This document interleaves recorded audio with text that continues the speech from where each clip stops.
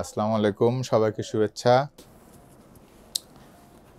আমাদের আরেক দর্শক প্রশ্ন করছেন উনি হলো দিগন্ত গাগুলি।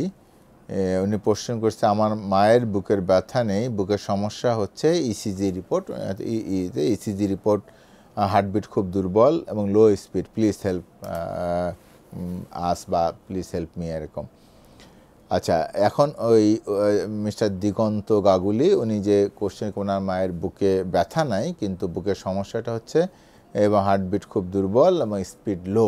এই হার্টবিট খুব দুর্বল, স্পিড লো বলতে উনি বুঝাইছেন হয়তো হার্টের রেট কমে যাওয়া। আমার কাছে যেটা মনে হচ্ছে যে স্পিড কম, হার্ট রেট কমে যাওয়া। হার্ট রেট বিভিন্ন কারণে কমে যেতে পারে।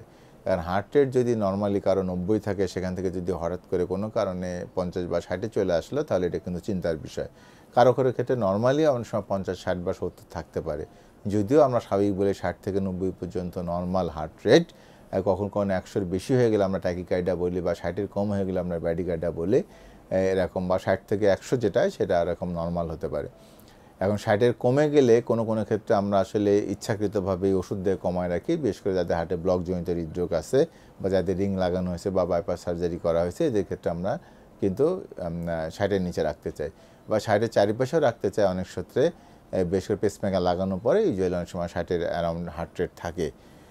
আর 50-এর নিচে যদি আসলে হার্ট রেট নেমে যায়, সেটা একটু অ্যালার্মিং বা সেটা আসলে একটু দুশ্চিন্তা হওয়ার কথা, বা সেটাকে একটু মানে গুরুত্ব সহকারে আমাদেরকে আমরা সাধারণত দেখে থাকি। যদি 50-এর নিচে হার্ট রেট হয়ে যায়, সেক্ষেত্রে আমরা দেখি যে আসলে কী কারণে 50-এর নিচে হার্ট রেট কমে গেল। এটা কি হার্টের ইলেকট্রিক্যাল যে অ্যাক্টিভিটি আছে বা ইলেকট্রিক্যাল যে রিদম আছে, এই রিদমে কোনো ডিস্টার্ব হলো কিনা, বা ইলেকট্রিক্যাল অ্যাক্টিভিটি কোথাও বাধাগ্রস্ত হলো কিনা। তখন আমরা এটা ইসিজি পরীক্ষা করি বা ইকোকার্ডিওগ্রাফি পরীক্ষা করি, বা প্রয়োজনে এনজিওগ্রাম পরীক্ষা করা লাগতে পারে, বা হল্টার পরীক্ষা করা হতে পারে, কেন আসলে হার্ট রেটটা কমে গেল বা স্পিডটা কেন কমে গেল। এটা করার পরে তখন আমরা সুনির্দিষ্ট কারণ বের করে সেভাবে আসলে চিকিৎসা দিয়ে থাকি। যদি ব্লকজনিত হৃদরোগ হয়, সেক্ষেত্রে আমরা এনজিওগ্রাম বা রিং লাগার বা যেটা প্রয়োজন হয়, অনেক সময় ওষুধ দেওয়া হয় অথবা বাইপাস লাগে। অথবা যদি ইলেকট্রিক্যাল গতি কমে যায়, কখনো কমপ্লিট হার্ট ব্লক বা 2:1 ব্লক, এই ধরনের যদি হয়ে থাকে, তখন আমরা পেসমেকারও লাগাই থাকি।